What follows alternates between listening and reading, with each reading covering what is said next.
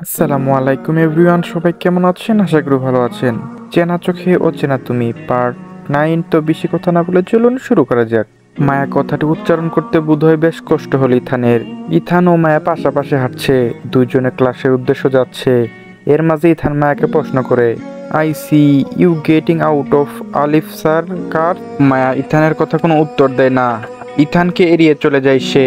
ক্লাসরুমের সামনে এসে ক্লাসরুমে ঢোকার আগে বুকে ফু দেয় মায়া। আল্লাহ জানে এখন কতজনকে জবাবদিহি করতে হবে তাকে। মায়া ধীর পায়ে ক্লাসরুমে প্রবেশ করে। ক্লাসে তেমন হই হুল্লোড় নেই, তবে সবাই ঘুরে ঘুরে মায়াকেই দেখছে। মায়া মাথা নিচু করে নিজের সিটে গিয়ে বসলো। সিটে বসে পাশে ব্যাগ রাখতেই খেয়াল করে তার সামনে তিনটা মেয়ে দাঁড়িয়েছে। মায়া মাথা উঁচু করে তাকালো মেয়ে তিনটের দিকে। মায়ার মুখে ইনোসেন্টনেস স্পষ্ট। মেয়ে তিনটি ভিতরের মাঝে মিনি স্কার্ট ও টি শার্ট পরা মেয়েটির নাম লুনা। লুনার ডান পাশে জিন্স ও শার্ট পরা লাল রঙের চুলের মেয়েটির নাম অলিভিয়া। আর লুনার বাম পাশে স্কার্ট ও টি শার্ট পরা বেগুনি রঙের চুলের মেয়েটির নাম মিয়া। এরা তিনজনই মায়ের ক্লাসের বুলি গ্যাং। তাদের তিনজনের ভেতর প্রধান লুনা। এদের কাজ সারাদিন স্টুডেন্টদের বুলি করা। মায়াকেও নিশ্চয় এরা বুলি করতে এসেছে। মায়ার সরল সোজা মুখ নিয়ে তাকিয়ে রইল তাদের দিকে। ক্লাসের অন্যান্য স্টুডেন্টরাও তাদের দিকে তাকিয়ে আছে। লুনা মায়াকে হিংসুটে কণ্ঠে বলে, what your doing in Arif sir car.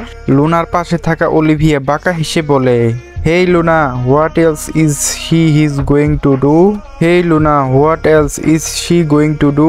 She must have been trying to schedules Alif sir, হা হা হা। এর বাংলা হচ্ছে, আরে লুনা, সে আর কি করবে, সে নিশ্চয় আরিফ স্যারকে পটানোর চেষ্টা করছিল, বলে হাসল। তাদের এমন বাজে কথাবার্তায় মায়ের রাগ হয়। মনে চাচ্ছিল তেতো করে কিছু কথা শোনাতে, তবে তেমন কিছু করলো না মায়া। নিজেকে শান্ত রেখে হাসি মুখে বলে, Luna, ask this question to Alif sir. Luna Alif স্যারকে গিয়ে প্রশ্ন করো। তারপর লুনা ইংলিশে বলে, যেটা আমি আপনাদের বাংলাতে বলছি, তোমাদের মতো তৃতীয় বিশ্বের দেশের মেয়েরা যখনই তাদের চেয়ে বড় লোক ছেলে দেখে তাদের পটানোর চেষ্টা করে, আমরা এটা খুব ভালো করেই জানি। লুনার কথার এমন বাজে ইঙ্গিতে গা জ্বলে উঠল মায়ার। মনে তো চাচ্ছে এই মেয়েটার চুলের মুঠি ধরে ঘোরাতে। বড় করে কয়েকবার নিঃশ্বাস নিয়ে নিজেকে শান্ত করে মায়া দীর্ঘ শ্বাস ফেলে মায়া লুনার দিকে তাকিয়ে একগাল হাসি নিয়ে বলে, মায়া ইংরেজিতে বলে, আমি আপনাদের বাংলায় বলছি, লুনা, তুমি যাকে নিজের বলে ডাকছো সেও কিন্তু তৃতীয় বিশ্বের দেশের একটি ছেলে। মায়ের এমন সাহসিকতায় লুনা মায়ের দিকে রাগের দৃষ্টিতে তাকালো। লুনার রাগ আরো বেড়ে গেল যখন দেখলো মায়া তাদের দিকে তাকিয়ে হেসে কথা বলছে। এমন সাহস এই ক্লাসে আজ অব্দি কেউ করেনি। লুনা এই ভার্সিটির চেয়ারম্যানের মেয়ে, সবসময় দাপটের সঙ্গে চলে। নিজের বাবা ভার্সিটির চেয়ারম্যান হওয়ায় এটার অপব্যবহার করে সবসময় লুনা স্টুডেন্টদেরকে বুলি করে, যার কারণে কেউ তার সাথে সাহসী গলায় কথা বলে না। এমনকি তার কর্মের কেউ প্রতিবাদটুকু করে না। সেখানে নতুন আসা একটি মেয়ে লুনার মুখে জবাব দেওয়ায় লুনা অপমান বোধ করলো। আরো বেশি অপমান করলো যখন খেয়াল করলো ক্লাসে সবার অ্যাটেনশন তাদের দিকে। লুনা এবার মায়াকে অপমান করতে মায়াকে থাপ্পড় দিতে গেল, কেউ একজন তার হাত টেনে ধরে। মায়া তখনও তার ভঙ্গিমায় বসে আছে। লুনার কাজে কে বাধা দিল তা দেখতে ঘাড় ঘুরিয়ে তাকালো লুনা। দেখে ইথান। এই পুরো ভার্সিটির ভিতরে লুনার সমকক্ষ একমাত্র ইথান। ইথানের বাবা এই শহরের বড় একজন বিজনেসম্যান ও এই ভার্সিটির পার্টনারশিপে আছে। তবে ইথান লুনার মতো বুলি করে না। সে যত সম্ভব স্টুডেন্টদের সাথে ভালো ব্যবহার করে চলে ও নিজের পড়াশোনা ফোকাস করে। লুনা ইথানের কাছ থেকে নিজের হাত জোর করে ছাড়াই। রাগে লুনার গা রীতিমতো কাঁপছে। পুরো ক্লাসের সামনে দুইবার অপমান হলো সে। লুনা রাগে কটমট করে ইথানকে বলে, who did you stop me. Ethan কিছু বলতে যাবে তার আগে মায়া তুড়ি বাজিয়ে তাদের মনোযোগ নিজের দিকে নেয়। কিছুটা টিপনি কেটে মায়া বলে, Luna, my slip will land your cheek. Luna, আমার থাপ্পড়টা কিন্তু তোমার গালে পড়বে। এবার তৃতীয়বারের মতো অপমান হলো লুনা। লুনা রেগে মায়াকে আবার থাপ্পড় দিতে উদ্যোগ নিলে তার পাশে থাকা দুটি মেয়ে লুনাকে টেনে নিয়ে যায় সেখান থেকে, কারণ ক্লাসে টিচার এসেছে। লুনা পাগলের মতো চিল্লাতে থাকে। এত বড় অপমান সে কিছুতেই মেনে নিতে পারছে না। কেউ তাকে সরাসরি এভাবে থাপ্পড় মারার থ্রেট দিবে এটা সে কিছুতেই মেনে নিতে পারছে না।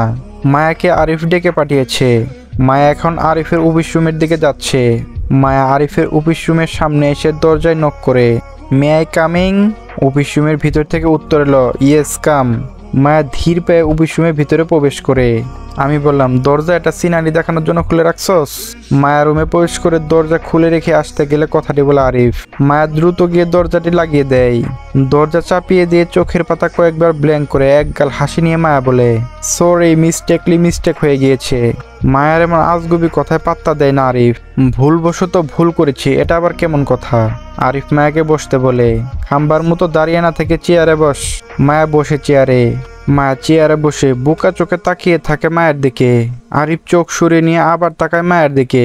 গম্ভীর কণ্ঠে মায়াকে প্রশ্ন করে, তুই গত 3 ঘন্টায় ক্লাস থেকে 7 বার বের হইছস, এর কারণ কি?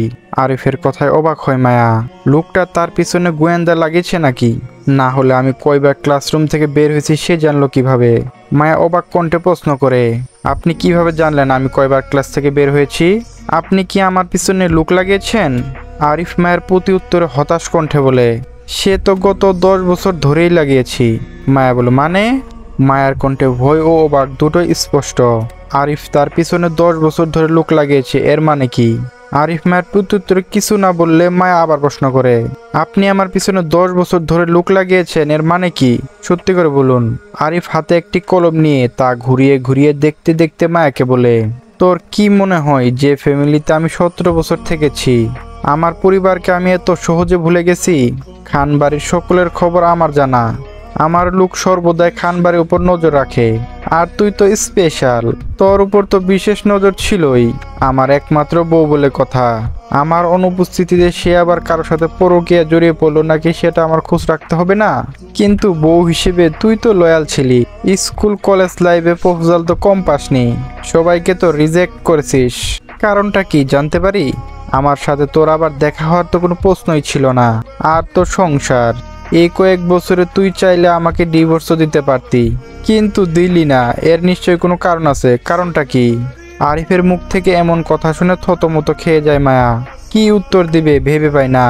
মায়া গুছিয়ে কথা বলতে পারে না, সেটা সত্য কথাই হোক আর মিথ্যা কথা। আর সিরিয়াস সিচুয়েশনে যখন কিছু বলার মতো খুঁজে পায় না মায়া, তখন তুতলানো শুরু করে দেয়। মায়া কি উত্তর দিবে ভেবে পায় না। এর ভেতর যমদূতের মতো ফোন আসে আতিক খানের। আতিক খান আরিফের বাবা। মায়া ফোন উঠিয়ে যখন দেখে আতিক খান ফোন করেছে, ভয়ে আত্মা কেঁপে ওঠে মায়ার। হাত পা কাঁপতে থাকে তার। হাত থেকে ফোন পড়ে যাওয়ার উপক্রম। মায়ের এমন অবস্থা দেখে আরিফ বলে, কি হয়েছে? কে ফোন করেছে? মায়া আরিফের দিকে কাঁদো কাঁদো দৃষ্টিতে তাকিয়ে কাপা গলায় বলে, বড় আব্বু ফোন দিয়েছে। আমি বললাম, তো কাঁপাকাপি বাদ দিয়ে কল রিসিভ কর, না হলে দে, আমি কথা বলছি। মায়ের কাছ থেকে আরিফ ফোন নিতে চাইলে মায়া এক ঝটকে নিজের ফোন সরিয়ে নেয়। বলে, আপনার ধরতে হবে না, আপনি ধরলে আরেক বিপদ, আমি ধরছি। আমি বললাম, রিসিভ করে ফোনের স্পিকার অন কর। মায়া ফোনের রিসিভ করে স্পিকার অন করে। মায়া বলে, হ্যালো, আসসালামু আলাইকুম বড় আব্বু। ফোনের ওপাশ থেকে আতিক খান গম্ভীর কণ্ঠস্বর পাওয়া যায়। মায়া, তুমি কোথায়? মায়া ভয়ে ভয়ে জবাব দেয়, ভার্সিটিতে বড় আব্বু, এখন টিফিনে পিরিয়ড চলছে। ফোনের ওপাশ থেকে আতিক খান গম্ভীর কণ্ঠে বললেন, তোমার হোস্টেলে ফোন করেছিলাম, তুমি নাকি গতকাল হোস্টেল ফেরোনি, এমনকি তুমি নাকি হোস্টেল ছেড়ে দিয়েছ। মায়া হাসার চেষ্টা করে বলে, ওহ আব্বু, আপনাকে বলা হয়নি, আমার সাথে যে আরো যে মেয়েরা এসেছিল, আমরা সবাই এখানে একটা বাসা ভাড়া নিয়েছি, আসলে হোস্টেলে। মায়ার কথা সম্পূর্ণ করার আগেই ফোনের ওপাশ থেকে আতিক খান গর্জে উঠলেন, বেশি বড় হয়ে গেছো তুমি? খানবাড়ির চৌখাট পেরিয়েছো আর পাখা গজিয়ে গিয়েছে। আমাকে না বলে তুমি কিভাবে হোস্টেল ছাড়লে? দেশের বাইরে পড়ার পারমিশন দিয়েছি বলে কি তুমি মাথা কিনে নিয়েছো? তুমি যতই ভালো স্টুডেন্ট হও না কেন, আমি তোমাকে বাইরের দেশে পড়তে যাওয়ার পারমিশন শুধু তোমার দাদির জন্য দিয়েছি। তোমার এসব পড়ালেখার কিন্তু 1 আনার দাম নেই আমার কাছে, তাই আমি যা বলবো তাই হবে। তুমি যদি বেশি বাড়াবাড়ি করো, তোমাকে দেশে ফিরিয়ে আনতে বাধ্য হব আমি। আতিক খানের কথা শেষ হলে আরিফ জোর করে মায়ের কাছ থেকে ফোন কেড়ে নেয়। নিজের রাগ নিয়ে বাবাকে সালাম দেয় আরিফ। আসসালামু আলাইকুম আতিক সাহেব। ফোনের ওপাশ থেকে আতিক খান বলে, হ্যালো মায়া। আমি মায়া না, আমি আপনার তেজ্য সন্তান আরিফ খান। আমার বউ এখন আমার কাছে আছে, তাই এখন তার উপর অধিকার খাটানোর চেষ্টা করবেন না। এত বছর আমার বউকে নিজের কাছে আমানত হিসেবে রেখেছেন, তার জন্য ধন্যবাদ। এখন থেকে মায়া আপনার তেজ্য পুত্রের স্ত্রী মাত্র। আরিফের কথাগুলো শেষ হলে ওপাশ থেকে আতিক সাহেব শুধু বলেন, মায়ের কাছে ফোন দাও। মায়া তখন কপালে হাত দিয়ে বসে আছে। আরিফ তার দিকে ফোন এগিয়ে দিয়ে বলে, তোর চাচা কথা বলবে। মায়া রাগে একটানা আরিফের কাছ থেকে ফোনটা নেয়। মায়া বলে, হ্যালো বড় আব্বু, তোর স্বামী কি বলল শুনোনি? তোমাদের দুজনের সাথে খান পরিবারে আর কোনো সম্পর্ক নেই। তোমাকে ত্যায্য কন্যা করা হলো। খান পরিবারের সঙ্গে আর কোনো যোগাযোগ করার চেষ্টা করবে না বলেই মায়াকে কোনো কিছু বলার সুযোগ না দিয়ে ফোন কেটে দেন আতিক খান। মায়া আরিফের দিকে কটমট দৃষ্টিতে তাকিয়ে থাকে। তা লক্ষ্য করে আরিফ বলে, এভাবে তাকিয়ে আছো কেন? আপনি এটা কি করলেন? যে ভয়টা পেয়েছিলাম সেটাই হলো, আমাকে ত্যায্য কন্যা করা হলো। এমনকি পরিবারের সাথে যুদ্ধ করে দেশের বাইরে পড়তে এসেছি, আর এটা আপনি কি করলেন? এখন কি হবে আমার? ওনাদের রাগ এখন আমি কিভাবে ভাঙাবো? কোনো দরকার ছিল এটা বলার যে আমি আপনার কাছে আছি? আপনার উপর এখনো সবাই রেগে আছে, আর সেই রাগের ভাগিদার আমাকেও করলে। আমি বললাম তুই আমার অর্ধাঙ্গিনী, আমার অর্ধেক অংশ, আমার সব কিছুর ভাগিদার তো তোকেই হতে হবে। মায়া হঠাৎ কাতর কণ্ঠে বলে উঠল, আমাদের বিয়ের ঘটনাটা মনে আছে আপনার? আমি বললাম ওই ঘটনাটি আমার পক্ষে ভোলা সম্ভব না। ওই ঘটনার জন্যই যে আমাকে দেশ ছাড়তে হয়েছে, নিজের পরিবারের কাছ থেকে ত্যায্য পুত্র হতে হয়েছে, আমার জন্য পুরো এলাকার সামনে খান পরিবারকে ছোট হতে হয়েছে। সেই ভয়ঙ্কর ঘটনা আমি কিভাবে ভুলতে পারি? আর এই সব কিছুর জন্য দায়ী তোর বড় আব্বু নিজেই। চলবে, গল্পটি কেমন লাগলো অবশ্যই জানাবেন। ধন্যবাদ।